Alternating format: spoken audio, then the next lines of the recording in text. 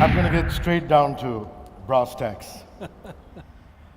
What I admire about you, as most journalists would, is actually your determination that there should never be radio silence. You wrote post the Babri Masjid demolition, and you were in Ayodhya at the time, and I'm going to quote that, yeah? I was standing on the roof of a building overlooking the Babri Masjid. Men scrambled on top of the mosque's central dome and started hacking away at the mortar. As telephone lines had been cut, I drove to Faizabad to file my story and then tried to return. Before I could reach, Hindi language journalists and me were threatened and locked in a room by car sevaks. Tell us what happened. Who let you out? How committed were you to finally report that story? Well, we were let out very luckily because news of our being arrested, in a sense, by these people spread, and a very good local official, the only one, I think, who stayed on the spot when all the chaos broke out, went to see the mahant of another temple and said, "This is a disgrace, you must get these people out." But I must say one thing, that when I was arrested, I was with a team of journalists from the Jagran, and they insisted on being arrested with me. The car sevaks said, "We have nothing against you, only against the BBC and this man," but they insisted on being arrested with me. Let's move from radio silence to what is the curse of the current generation, which is fake news, the fake news syndrome. Now, these days it exists on WhatsApp, and people forward fake news. But it did exist during your active years too. You've said in that book co-written with Satish Jacob, which is Amritsar, Mrs. Gandhi's Last Battle, that post Indira Gandhi's assassination, there were these exaggerated stories of Sikhs rejoicing at her death. And one senior official insisted that a train from Punjab had arrived at Sahibabad, just outside Delhi, with hundreds of dead bodies on it. He said that the passengers had all been butchered. You, instead of writing or putting out a story, and I think that's really, really important, anybody in the media here would really respect that. Instead of writing or putting out a story on the radio, on print, Mark actually sent a journalist to Sahibabad, and he found out there was absolutely no truth in that report. Do you remember other such instances? And most importantly, the larger question, what should Indian journalists be doing in this day and age of fake news? How does one combat it? Well, yes, of course, we always had problems because of rumors. And I've always said then, and I would say now, that rumors is a very, very effective way of spreading fake news. In many ways, they're just as damaging and just as efficient, almost, as social media. So this phenomenon of fake news has been there for a very long time. And it's very difficult to do anything about it, except you have to use your judgment. I'll give you a personal example of the need to use your judgment. 3 or 4 dispatches purported to have been written by me have circulated widely on internet, and they say absurd things, like that I'm saying we should throw our hands in the air and shout, "Long live Narendra Modi," or extremely offensive things about Sonia Gandhi. And my view is that, people should have used their judgment and realized that I would never have written this sort of thing. But a surprising number of people came up to me and said, "Well, wonderful you wrote this," or "How on earth could you write this?" So one way of combating it as readers, as viewers, as listeners for fake news is to use your judgment. For journalists, as you rightly say, check, of course, is an effective way, if it's possible for you to check it. Let's talk about some of the fun stuff now. You've You've interviewed many prime ministers over the sands of time. Let's talk Morarji Desai and the few occasions that you met him. Did his infamous urine drinking practice ever come up in the discussion? And if so, how? Absolutely. You know, I was asked by BBC to make a film on Morarji Desai, who I knew and liked. And the first thing which happened was that the spokesman for the External Affairs Ministry, who decides whether you can make a film or not, said, "You're not making this film." And I said, "Why?" He said, "I'm not having you take the piss out of my Prime Minister." But in the end, we got round that. And of course, I was very worried because I was fond of Morarji, I respected him as Prime Minister, but I knew my reputation as a journalist would be in shambles if I didn't ask him about urine drinking. So I did, and he dealt with the question superbly. The first thing he said was, "How do I look?" And I looked at him and I said to him, "Well, I don't know. I think you look rather better than I do." And he did, because he was over 80, but I don't know if any of you remember, but Morarji had beautiful translucent skin. Yeah. He was dressed immaculately in immaculately pressed white khadi. He was sitting bolt upright, and there was I sort of slumped like this, not very well dressed, 40 years younger than him. So Morarji laughed when I said that. Then he said to me, "You know, I'd never hidden this fact. I wrote a book about it." Well, it didn't get many readers, but now that I'm Prime Minister, more people are reading it. And I was very fond of Morarji, you know. Classic example of radio silence is the emergency is imposed on the country and Mrs. Gandhi asks you to leave the country. How did you manage to continue your reportage despite that? Well, of course, it wasn't just me broadcasting. There was the whole of the Eastern Service of the BBC. We had a Hindu, we had Urdu, we had Bengali, we had journalists in them all. But basically, we managed to keep informed through people ringing up, through journalists who are still active within in India itself. Basically, I think we did succeed because the fact remains that our credibility was still intact at the end of the emergency, although there was censorship and I had been expelled. When Operation Blue Star happened, you were closest to the temple, one of the journalists who was closest to the temple. And I'm given to understand, and you write about it too, saying that you went into the Hari Mandir often, you went into the Akal Takht often.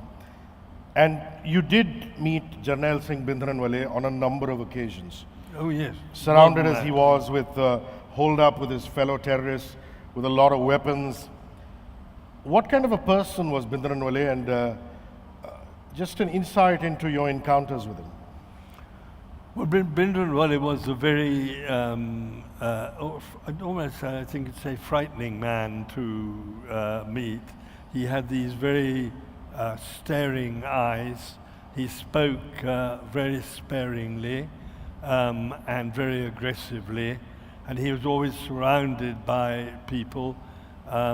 I remember one occasion when we were sitting on the roof of the langar, I think it was, and I had my feet stretched out like that, and suddenly General Shabaik Singh, who was also a terrifying man, shouted at me, "Your feet are touching Guruji's sword." And I brought my feet back very, very suddenly. So yeah, he was a frightening man, I think would be the right word to use, really. Well, you've written often about Mrs. Gandhi. It seems to be one of those love-hate relationships. And if any of you have read Mark's work, you know that there are lots of hilarious encounters with Mrs. Gandhi. For example, you apparently took 3 different director generals of the BBC to meet Mrs. Gandhi because you obviously had an audience with her. Yes. And all three of those encounters were different, but also I found ridiculously funny. Would you tell our audience about it?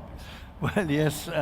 First one I took with a man called Charles Curran, and Indira Gandhi just wasn't interested. And she was tapping her pencil on paper and that sort of thing. And eventually I said to Indira Gandhi, well, thank you very much. I think we ought to go.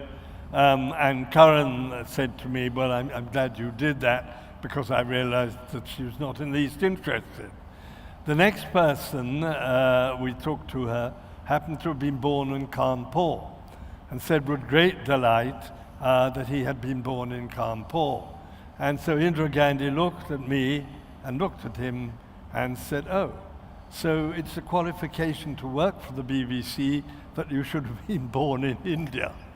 And I said, no. And then she said, there was a very famous television series going on in Britain called Yes Minister. Of course, yeah. And so she said to Charles Curran, so said to Alistair Mill, she said, I'm meeting you because I have a special request for you. And I said, he said, what? And she said, Doordarshan, our television service, tell me that you are asking a ridiculous sum of money for Yes Minister. I want to broadcast Yes Minister on Indian television to teach my ministers how to behave and how not to behave. But we can't afford it. So Alistair came straight back to my office, rang up the man who controlled film sales and told him at whatever price, doesn't matter, even if it's a giveaway, make sure All India Radio has Yes Minister.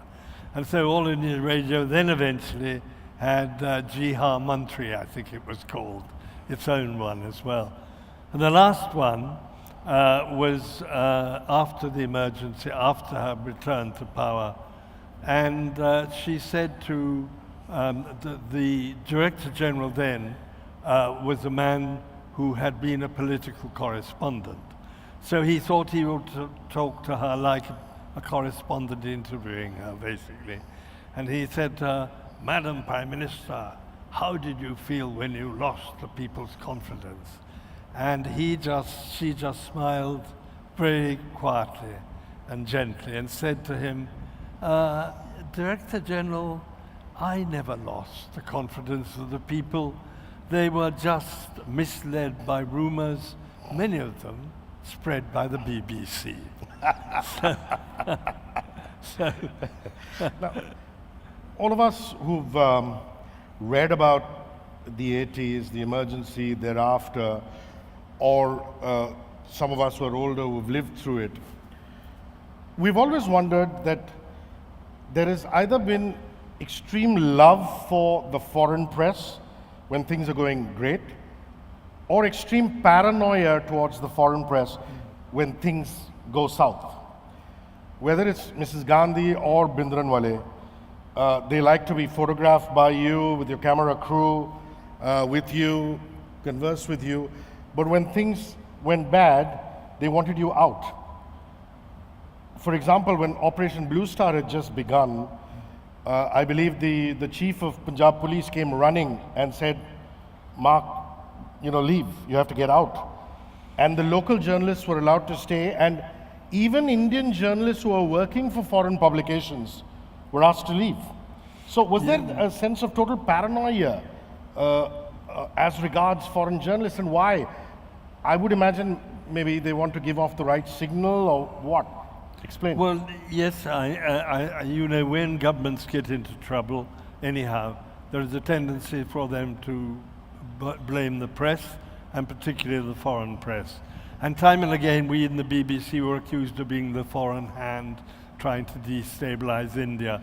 And I used to reply to that and said, if you think your country is so insecure that the BBC can destabilize you, I don't think much of your loyalty or your respect for your country.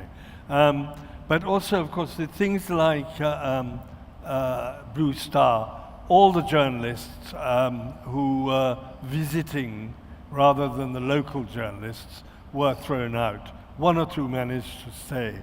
But basically, we were all staying in the same hotel, and we were all put in the buses and driven out to the state of Punjab. And of course, I can understand that in a way, but I don't believe that sort of thing is the answer. The army's thinking was that if we were on the spot, we would be reporting exactly what was happening, and that those reports would reach villages, and then there might be trouble in the Punjab villages. That's a perfectly reasonable assessment, but in my view, when you do that sort of thing, you just open the market completely for rumors. And the rumors, as I was saying earlier, will be far more damaging than accurate reporting of what's happening. You know, I've always said this, that Mark Tully is my journalistic hero. And the reason for that is he was always staunchly neutral. He tried to be as neutral as possible, as opposed to a lot of loud Indian anchors who are constantly for the motion and against the motion. But despite trying to stay neutral, there are a couple of occasions when the perception towards you has been completely the opposite. I'd like you to tell the audience what the former Pakistan Prime Minister, for example, Zulfikar Ali Bhutto, thought of you, and Sheikh Mujibur Rahman, who after the war for the liberation of Bangladesh, he had been imprisoned and he was released from prison, and what the Sheikh thought of Mark Tully. So Bhutto and the Sheikh.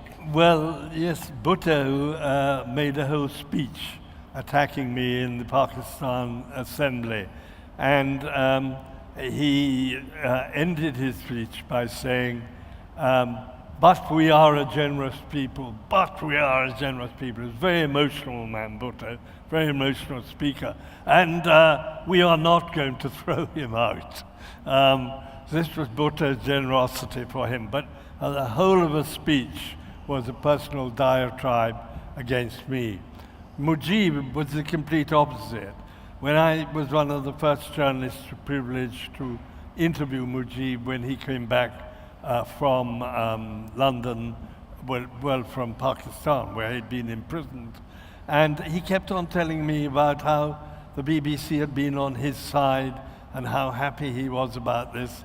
And then he insisted that I accepted a picture from him, a painting by a distinguished Bangladeshi painter. And I said, I can't accept this, it's against our principles. But in the end, he persuaded me. But the point was that for Bhutto, we were absolutely the enemy. For Mujib, we were absolutely the friend. And of course, still, if you go to Bangladesh, they will tell you the BBC was on our side. But we didn't see it like that. We hoped and believed that we were sending accurate, balanced reports.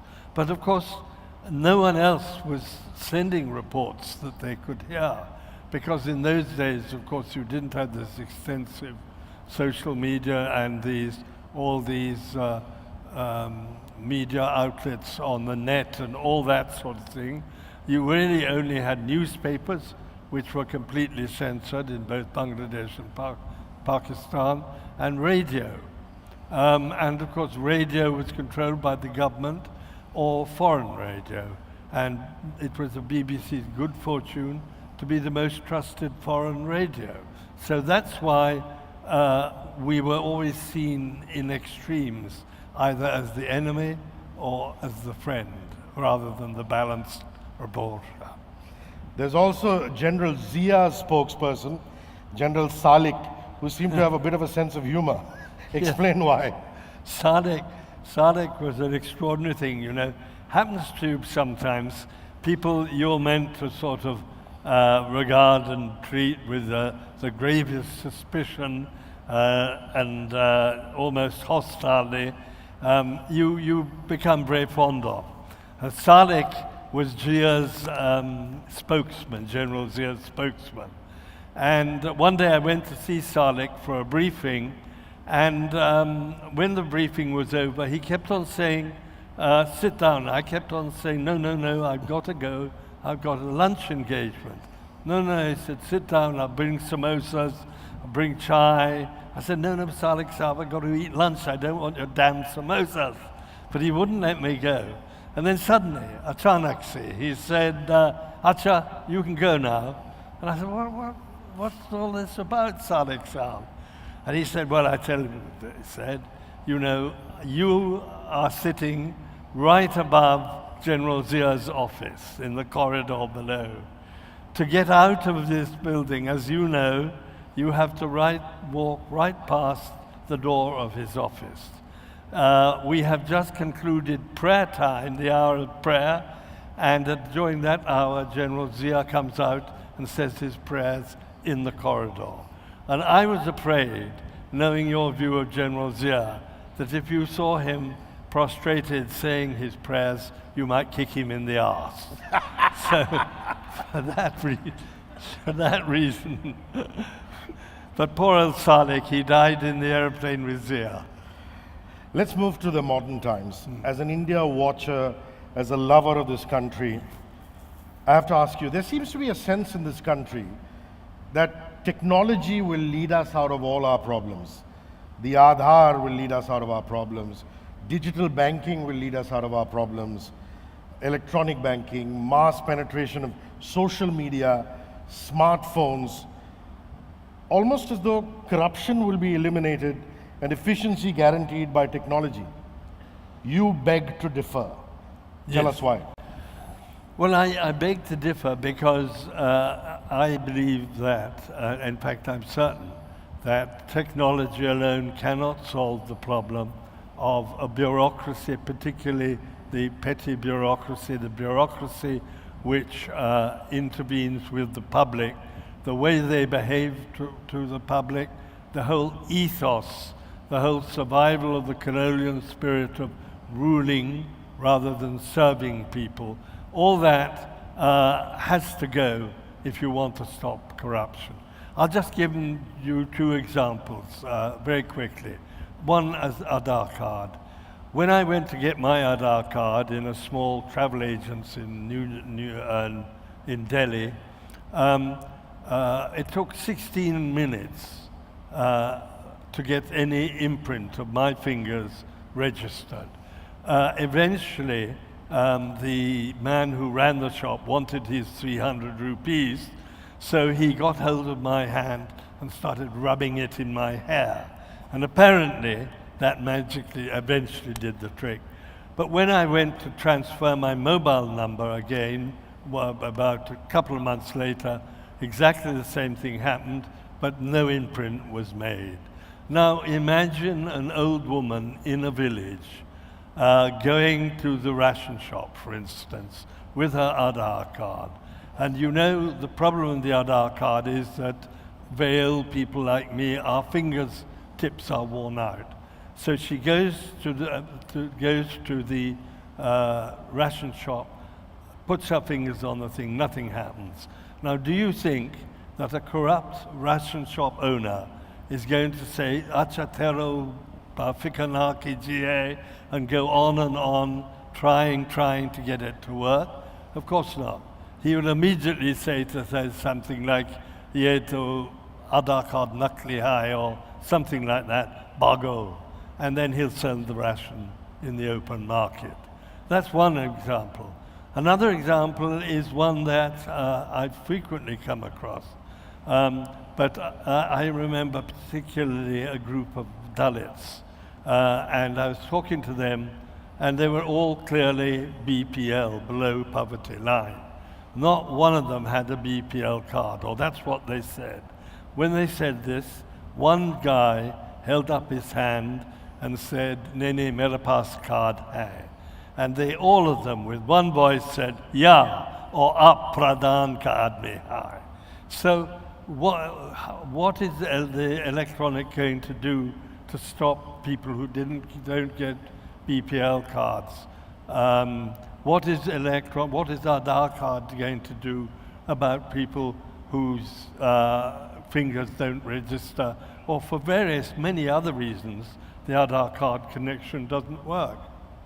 So I think one of the things which has gone wrong for this present government is that you've had a whole lot of schemes announced, but you haven't had the machinery on the ground to implement the schemes, because you're still running the same old-fashioned, corrupt, as I said, governing rather than serving civil service.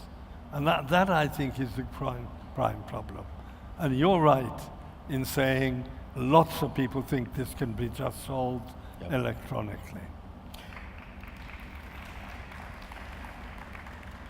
In complete contrast to Mrs. Indira Gandhi and Rajiv Gandhi, you struck a unique relationship with two Jat leaders. One is Chaudhry Charan Singh and the other is Devi Lal. So any interesting anecdotes that involve Chaudhry Charan Singh or Devi Lal? Well, first of all, I would like to say one thing, that of all the prime ministers who have been of India, actually the two I had the closest relationship, the prime minister, well, Charan Singh is hardly counted as prime minister. One was Morarji, and the other was Rajiv. And I had to say again, I tried to maintain my journalistic balance when reporting on Rajiv, but I was extremely fond of him. And I'll tell you a little story about Rajiv. He, after the 1989 election, a lot of Congress people said the BBC factor went against us. Rajiv took the trouble to ring me up, asked me to come and see him, and tell me personally, he said, I do not believe all this nonsense about the BBC factor. If we have to go around blaming that, we should be ashamed of ourselves. But Chowdhury, the two Chowdhurys, I just was very fond of. I don't know which story, I'll tell you one story when they fell out with each other, Chaudhry Devi Lal and Chaudhry Charan Singh. So Chaudhry Devi Lal said to me with his deep voice, "Up jaiye, Charan Singh ji se miliye, find out wo kyun mujhse gussa hai." So I would usually try to avoid situations like this, but I was so fond of Devi Lal that I went to see Chaudhry Charan Singh. And Charan Singh, the first thing Charan Singh said was, "Aapne janta hai ki wo hafeem khata hai?" And I said to him, "Lekin Chaudhry Sahab, Haryana mein ye aadat hai, bahut zyada log hafeem khata hai." "Acha, acha."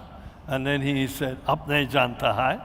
"Na apne pehchanta hai." And I said, "Kya nahi pehchanta hai?"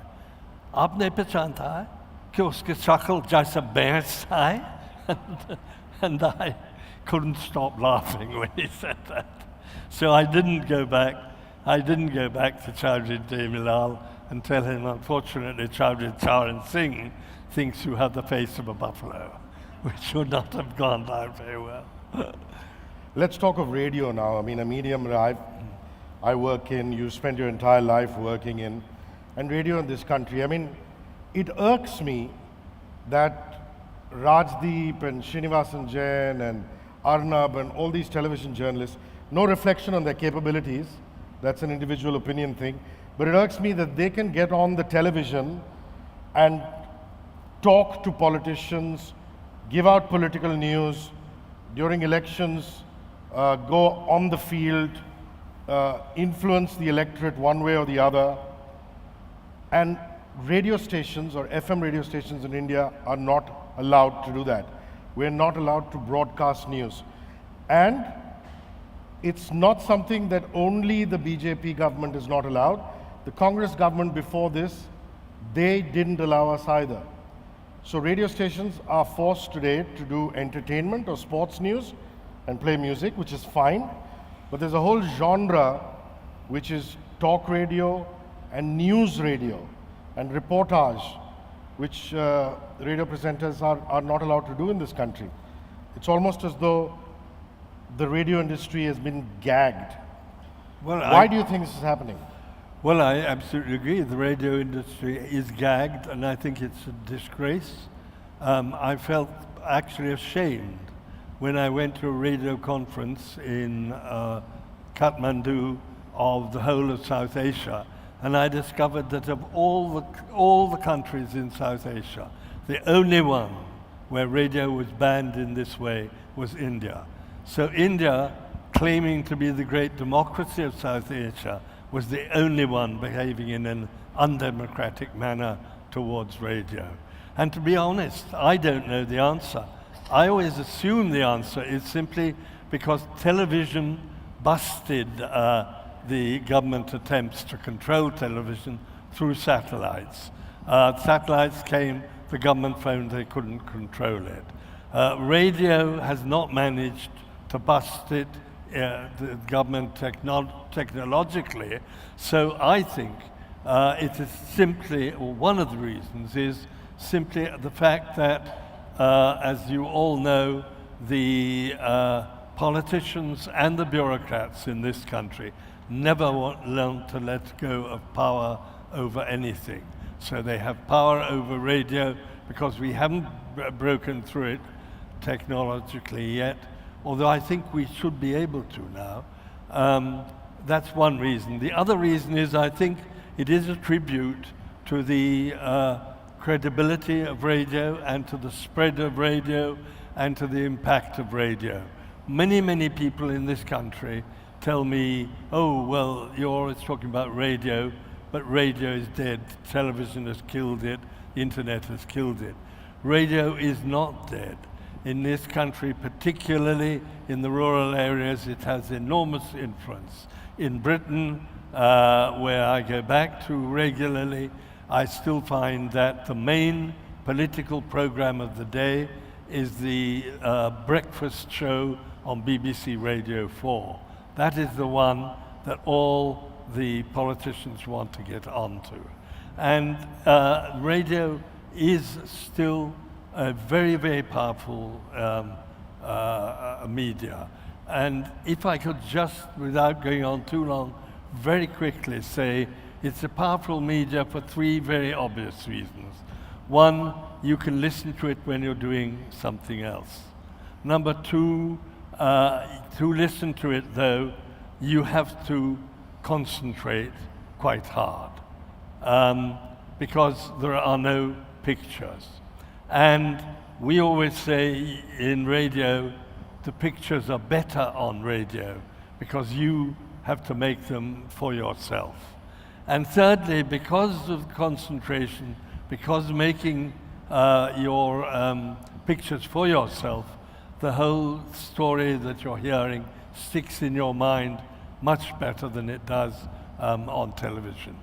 And we were talking about this only just now.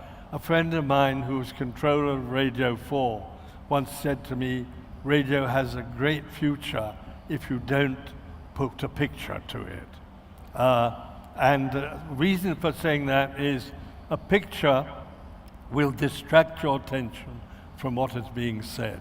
The whole secret of radio is your attention has to be entirely on what you're hearing. That's my view, and I don't know about you. The theater of the mind, like he says. I just want to add to what he talked about as far as the Indian context is concerned. The previous incumbent of the Information and Broadcasting Ministry, the minister, when the radio operators went to her, she said, oh, you guys want to do news? Why don't you take news from us, which is All India Radio?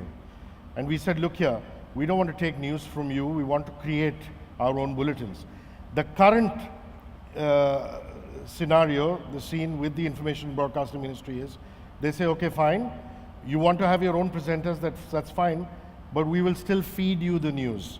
And we all know that All India Radio pretty much is a stooge of the government in power. So the point I'm trying to make is, even though the Prime Minister says Man Ki Baat and I believe in radio and it's going everywhere, there is a sense of paranoia because they know that FM operators, once news is allowed, will go and buy medium wave and short wave, get into the villages and perhaps then influence electorate. TV is out of control, print went out of control, and then they started going to their rich industrialist friends saying, go buy that so that we can still control it. So I think the thought process is, why lose control of radio in the first place? You know, and not have the whole TV, print thing go out of control, because really the medium is so simple that once news comes into play, radio journalists can walk into Mantralaya with a hidden mic, no cameras needed, and do another scam and come out. So that's just to round up that particular thought.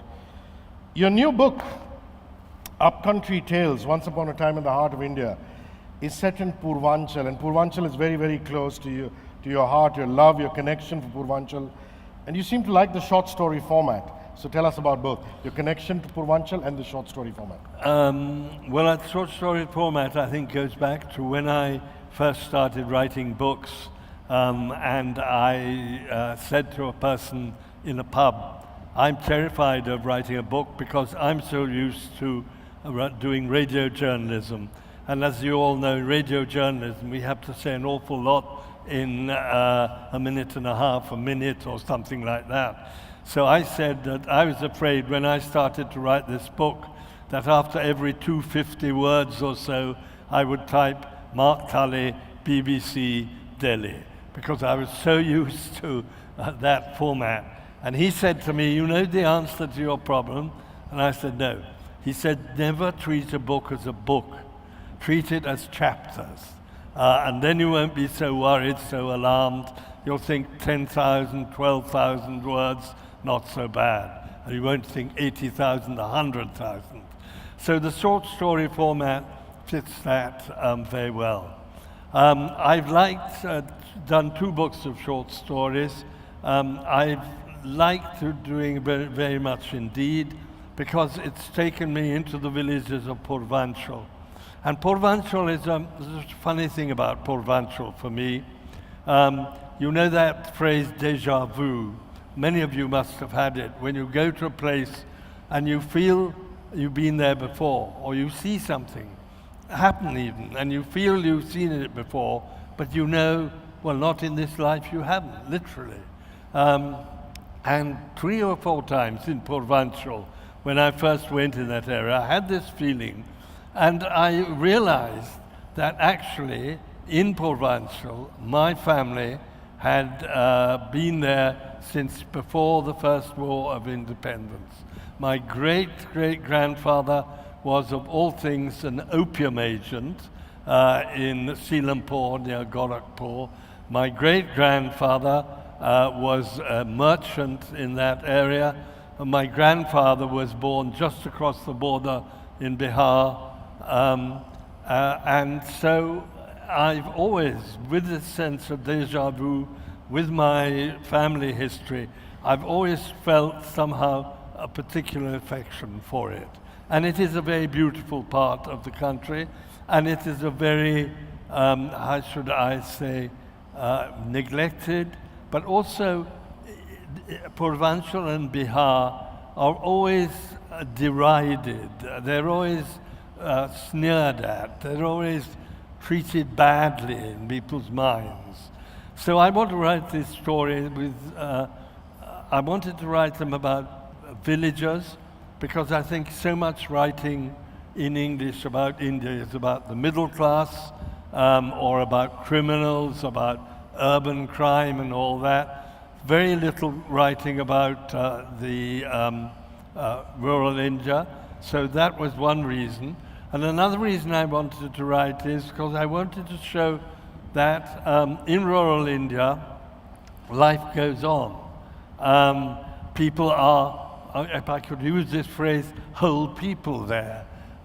We urban elite people that seem to regard them almost as strange animals living completely differently.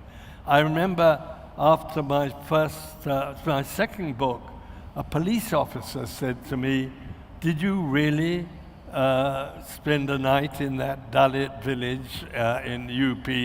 And I said, "Yes, of course I did. But how could you do that?" He said. You know, this whole, I wanted to bring home in a way the ordinariness. And the last thing I wanted to do, and in this new book there are 2 stories which will make this point. So often our image of Dalits, we're sorry about them, we regret their condition, we would like more to be done, all the rest of it. I'm not denying that. But fundamentally, our position, we still view them as people who are permanently depressed and doing nothing about their depression, not fighting, just lying down under the circumstances they find themselves. So I've always, in both my short stories and in my best-known book, India's India, no full stops in India, I have stories of Dalits who do fight their corner. And if I could just tell you one very quick story from this book, the last story, I think it is about a man who used to be a chowkidar, my chowkidar. And he and I used to talk together at night about God, of all strange things, because I was a student of theology. And he used to say to me, I can't possibly believe in God, because God, if there's a God, how do I account for the fact that I am a Dalit, I can't drink tea out of the same glass as other people in the tea shop and all the rest of it. So he went back to his village eventually. 3 years later, I get a telephone call, and it says, this is, his name was Ram Kilavan. He said, Ram Kilavan bol raha hai. And I said, Ram Kilavan kahan hai aap? And he said, main Mandya mein hu. I said, Mandya? Lekin aap Bhagwan bharosa nahi khata hai. And he said, nahi, sahab, theek hai. Main Bodh Vihar mein hu. And he then went on to say that he had become a Buddhist monk. So that is the example of the way that Dalits, just like any other people, fight their corner very often, better themselves. They're not to be regarded, I think, the key word here, and this was something V.S. Naipaul has said, pity. Pity is the wrong way to look at people like Dalits. And so I try to give these examples so that we will respect rather than pity them. There was a brief phase when you were disillusioned with the BBC, and this was the early 90s. What really happened? Well, yes, I was. It's a complicated story, but I am not a fan of management consultancy. I'm not a fan of the business culture.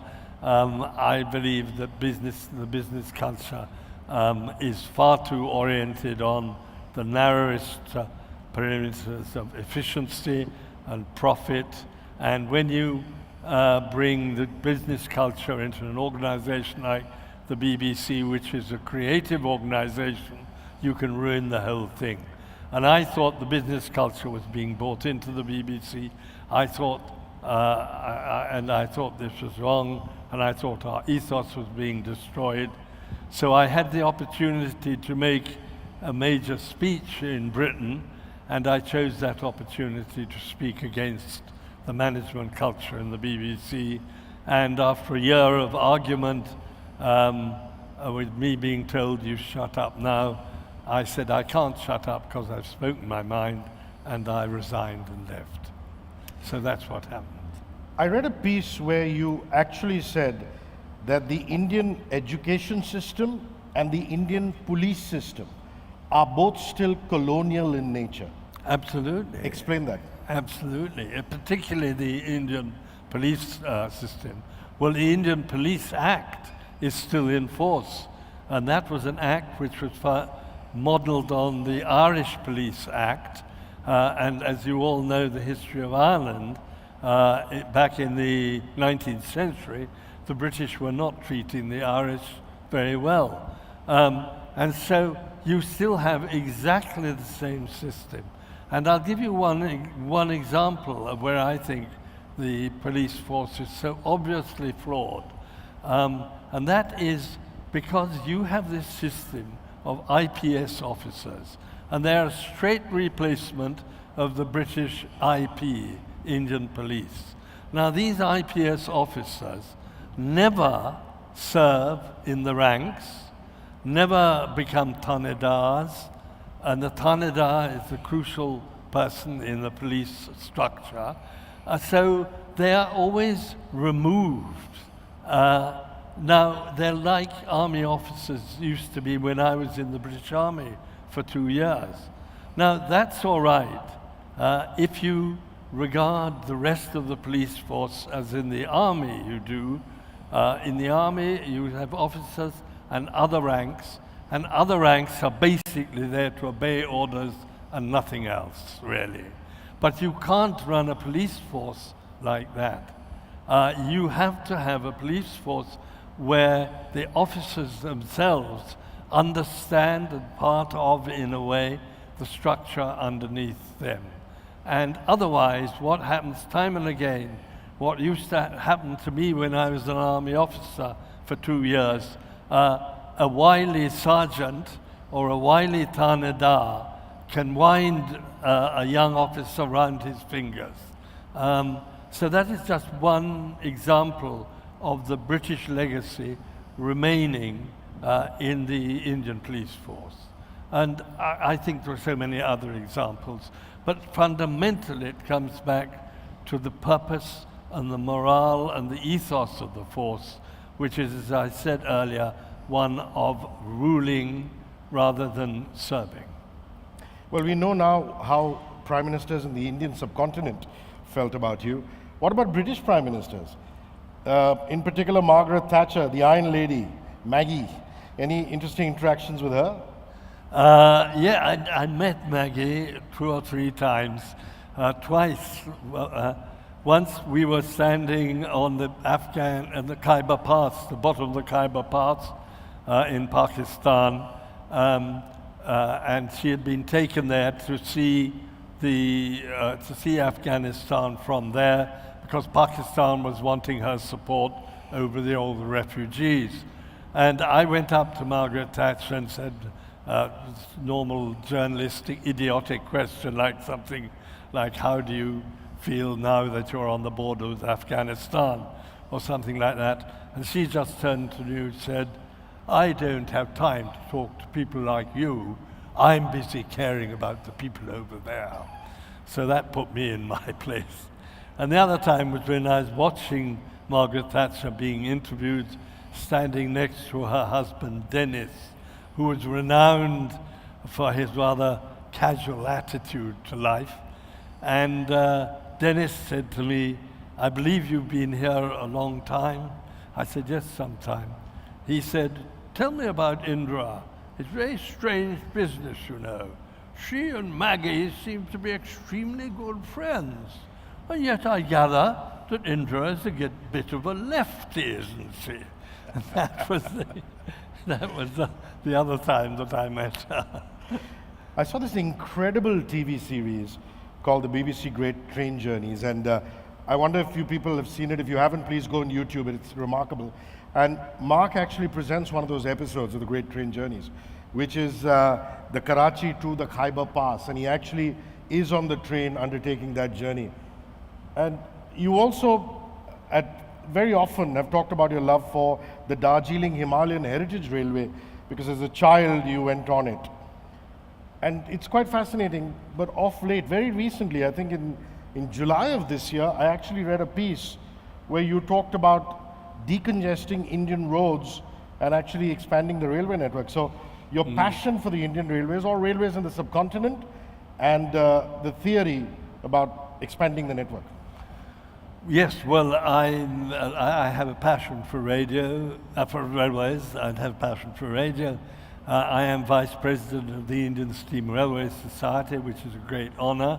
And I firmly believe that in a country like India, with a very heavy population, with long distances, you should realize that railways are the most efficient way of carrying goods and carrying people over certain distances. And I think it is an absolute, it's a disaster in a way that you still run your railways in the way that you do, because you again, exactly the same way as the British Raj ran it, the same totally bureaucratic, the same rising up, Buggins' turn type promotions, the same system of officers and the rest, the same, almost the same train timings. In fact, your train times are hardly long faster now than they were in the British times. But the railways, as I said, someone was telling me the other day that in China they have worked out that up to 500 miles, railways are far more efficient and faster than air or road. And the number of people, only thinking yesterday, I was in Palam Airport, a horrible, Indira Gandhi Airport, horrible place, 7 queues before you get on aeroplane. And they announced the flight from Delhi to Chandigarh. And I thought to myself, well, who on earth would go all the way out to the airport, go through all that rubbish about checking in, security, all the rest of it, when there's a Shatabdi train which gets through there in 3 hours. And I still find people saying to me, but do you still go by train? I mean, take coming to Bombay, I wished this time I could have done it. But I live in Nizamuddin. If I come to Bombay by train, all I have to do is go across the road, get on the train without any queuing or anything like that. I have a very good tea, I have a very good dinner, I have a very good sleep, no hotel bill, and I wake up in the heart of Bombay, and I can even catch a train which would bring me to Bandra. Now, isn't that a more efficient and pleasant way of traveling than going to the airport? I think it is. Now, I'm not suggesting that you were partial to Rajiv Gandhi as a reporter. You've always stayed neutral. But from your writing and your feelings towards him, it almost comes across as though you were fond of him at a personal level. Am I true in reading that and assessing that? Oh, yes. Well, you know, this goes back to the story about Colonel Salek and kicking Zia up the backside. You can't, we're all humans. You can't help liking some people and disliking others. I won't tell you the ones I dislike, but you can't help it. So what you have to do is to make sure that because you like someone, doesn't mean that you are going to twist your journalism or your broadcasting. I mean, to me, I'm not a particularly warm-hearted person, I don't know. But, you have to react. You can't stop yourself feeling affection. But you have to try and make sure about. Just take the example of the 1989 elections. When Rajiv made that speech in Faizabad to start the election, and he said that he was going to bring Ram Raja, I immediately filed a story which I knew would damage him, which I knew he'd be annoyed about. But I had to say, because it was my view, that Rajiv has played the Hindu card. But that didn't diminish my affection for him, and I hope was an evidence of my journalistic integrity. Okay, Mark has a plane to catch, so we're going to make it the last couple of questions.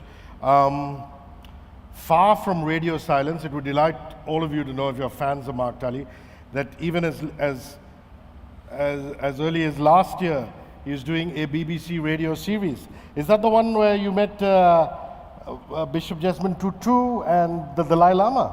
Tell us a little bit about it. It's coming to an end now, but I did a radio series called Something Understood for 24 years, which was about spiritual matters, religion, the questions which we're never finally going to answer about life, all that sort of thing. And I met wonderful people. But two which really remain me one was Bishop Tutu, and I was so moved by Bishop Tutu that I just found myself kneeling in front of him and asking him for a blessing. The Dalai Lama, I just couldn't stop laughing. He was laughing, I was laughing. The whole interview was one big laugh, really. And as I left and said goodbye to him, and I was walking down the hotel corridor, and suddenly I heard this loud, rather high-pitched voice shouting, "Photograph! Photograph! Photograph!" So I had to come back in and be photographed with the great man again. And if there are two people I really admire, they're Bishop Tutu and the Dalai Lama. And the third person I would really love to have met, but I wasn't always able to, would have been Mahatma Gandhi. I would have, he probably wouldn't have approved of me at all, but I would love to have met the Mahatma. Big heart on yourself. My last question, as we approach the 2019 elections, what is your advice to young journalists? As we approach the 2019 elections, what is your advice to young journalists? Well, my advice to them, first of all, don't make a fool of yourself by predicting the results. That's the most important thing, I think.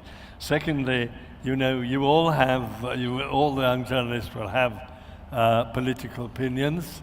Some will want Congress to win, some will want Mayawati to win, some will want BJP to win, Modi to win.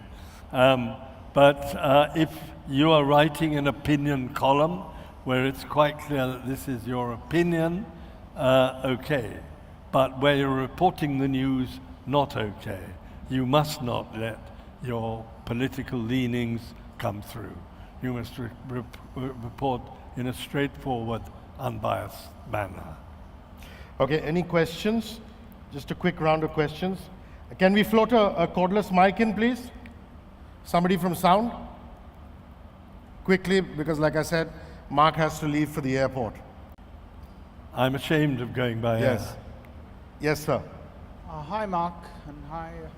So the question is about the US media. You know they got the results of the 2016 election disastrously wrong, and now they seem to be embarking on a journey where they want to actually get, rid of the president, President Trump. Their coverage was almost 90% negative. So what's your opinion about the way the US media is covering Trump? Sorry? The American media now seem to want Trump out. So your thoughts on the American media? Well, I don't think it's the American media's job to have Trump out.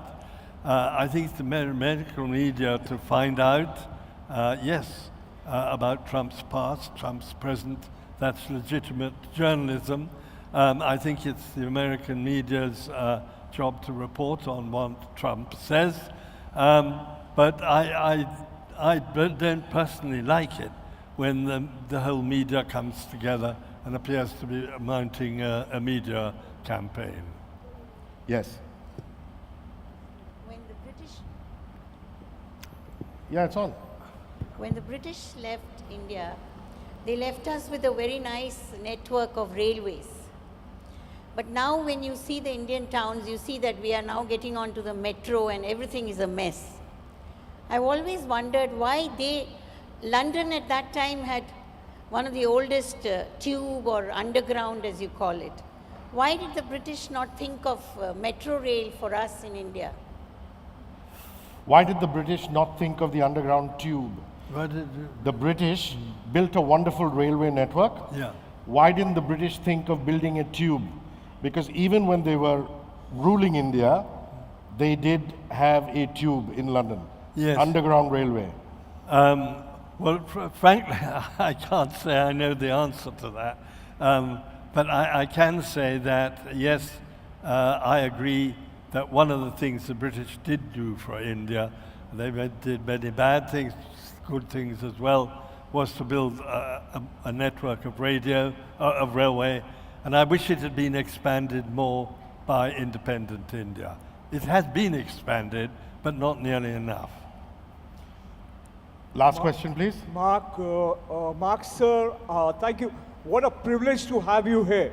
And I just feel that not only this blessed life of you, to find you both people and talking, especially you, speaking your mind in such a neutral and unbiased manner, and the message to the future journalists of the world to be neutral. Has that saved your life? That's okay. That's one. That's my viewpoint. But Mark, sir, the way you like our post-colonial railway system, and even today, that it's based on the future, past British people, the way it's yet the same. Mark, sir, and coming to you, you have lived in a generation, and you have been great friends of Prime Ministers of India, Rajiv. You had a special heart for Indira. What is your question, sir? What is your question? The question to you, Mark, sir, is that you have been traveling from state to state, from different parts of the world, and so much time you have to speak, so much slow you are, and so much analysis you have before speaking, and the way you judge people. What is the question, sire? Mark, especially from my side, I wish you a more, the coming life of you. You have stayed so long, and wish you, the question to you is that, irrespective of the governments, we should understand one thing: the persons ruling us should be transparent in their hearts and minds, as the journalism of today is. Let us not be slaves of the people here. Like Abraham Lincoln, like Jimmy Carter, like Nixon's and Roosevelt's, let there be no watershed, let there be no bloodshed and war. To be the way peaceful you are. The land is put. Thank you. Ladies and gentlemen, Sir Mark Tully.